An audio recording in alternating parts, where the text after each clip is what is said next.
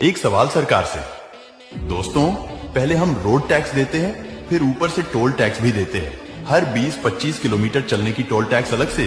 क्या मन में कभी सवाल नहीं उठता आपका, जब हमने रोड टैक्स दे दिया तब फिर टोल टैक्स क्यों देना? या तो हम रोड टैक्स ना भरे तब समझ में आए, जब रोड टैक्स भरे तब टोल टैक्स क्यों? हमारे ही रोड टैक्स की पैसे से रोड बन रही है, फिर उसी पे चलने के लिए टोल टैक्स क्यों? और हर 20-50 किलोमीटर पर क्यों?